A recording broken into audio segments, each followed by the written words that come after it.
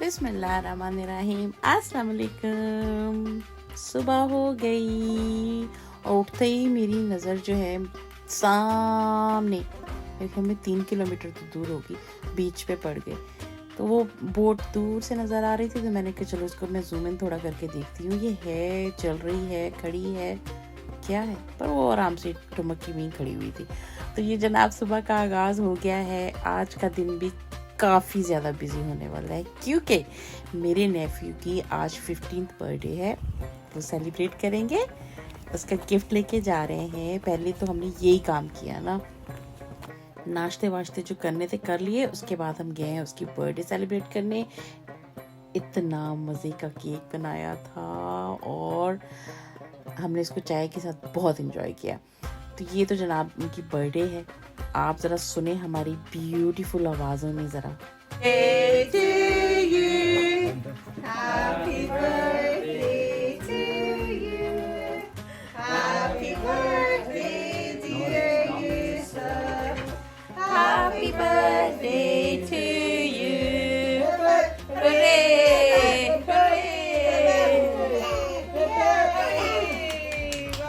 ये हमारा बहुत ही स्पेशल सा नेफ्यू है जिसकी बर्थडे थी। उसका केक काटा, उसको गिफ्ट दिया। तो उसके बाद हमारी अगली जगह जो थी वो थी खाना, लंच, जो हमने एक बहुत खूबसूरत रेस्टोरेंट में किया, लाहौर कढ़ाई में। इतना मज़े का खाना था, वाकई लाहौर के खाने का टेस्ट आया कसम से। यूजुअली जो हमारे स्कॉटलैंड में खाना मिलता है रेस्टोरेंट्स में, वो माइंड में रखा जाता है गोरा फाई पीपल्स को कि उन्होंने खाना होगा, तो उस हिसाब से वो ग्रेवी बनाई जाती है। थोड़ी अनियन ज़्यादा होते हैं उसके अंदर और जस्ट टिक्का होता है, उसको डाला जाता है। पर ये खाना जो था ना, वाकई पाकिस्तानी स्टाइल का खाना था। इसमें हमने लाम अचारी ऑर्डर की थी, चना दाल ऑर्डर की थी, गोश्त, चना दाल गोश्त था, बिरयानी थी, समोसे थे, साथ में ये तंदूरी रोटियां थी और फिर एंड पे रोगनी नान भी आए थे। इतने मज़े के, बहुत इन्जॉय किया हमने इस खाने को। साथ में मैंगो लस्सी भी है, इसको कैसे भूल गए।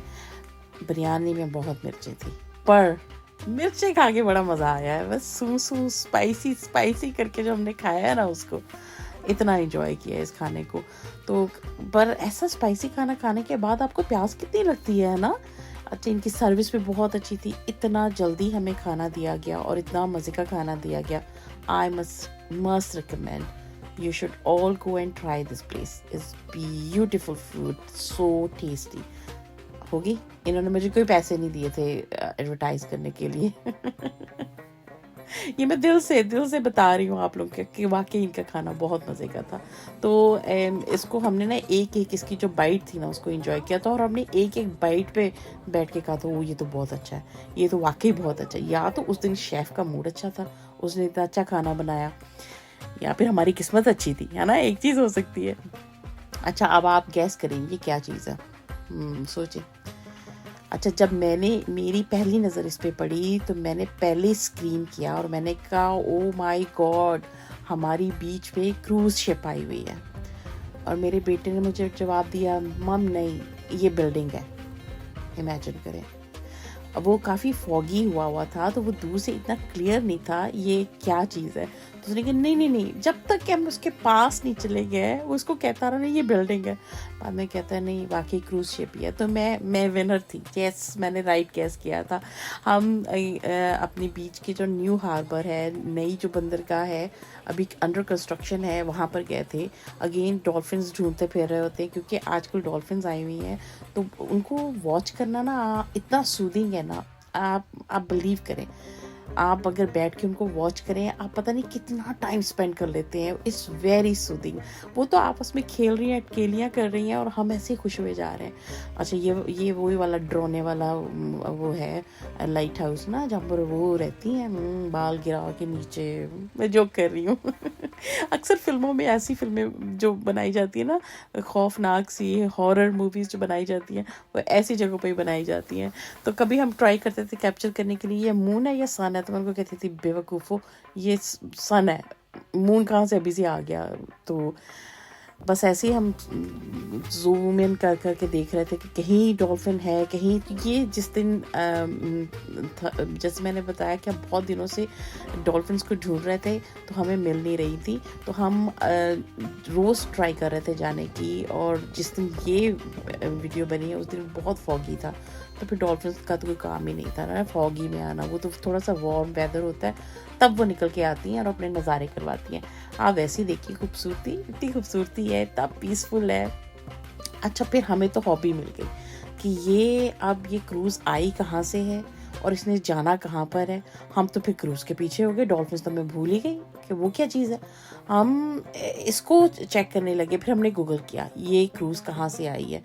फिर हमें पता चला कि हमारे शहर में हर रोज़ क्रूज़ेस आती हैं, पैसेंजर्स को पिक करती हैं और पूरी दुनिया में जाती हैं।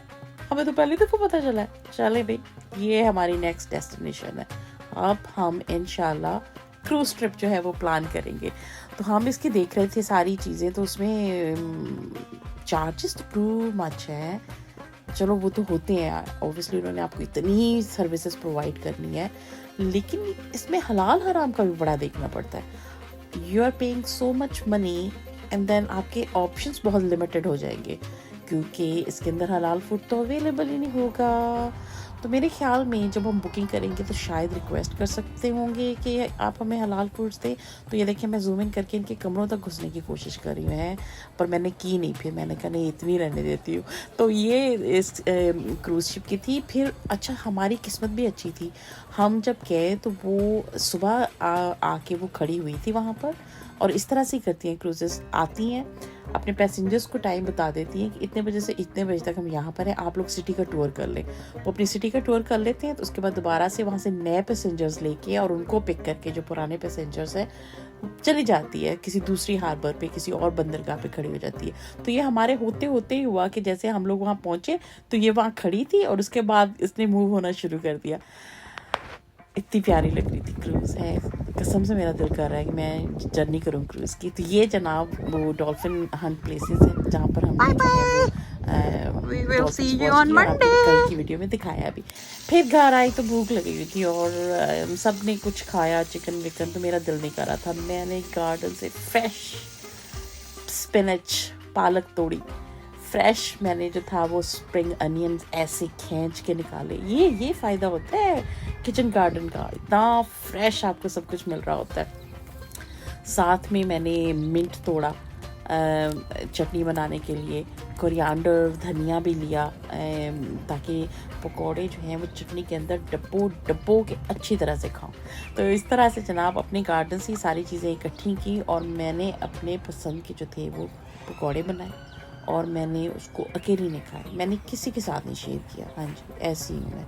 तो मेरा दिल कर रहा था ना खाने को, कोई और नहीं खाता है, मैं क्या करूँ है। तो मैंने वो पकौड़े बनाए। तो मैंने ये पकौड़ों की रेसिपी ऑलरेडी मेरे यूट्यूब पे है, अगर आप देखना चाहें।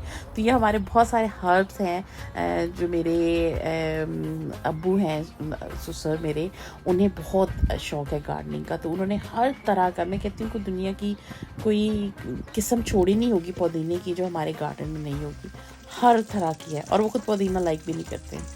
फनी, खुद नहीं पुदीना खाएंगे, लेकिन उन्होंने हर किस्म का पुदीना जो है वो लगाया हुआ है गार्डन में।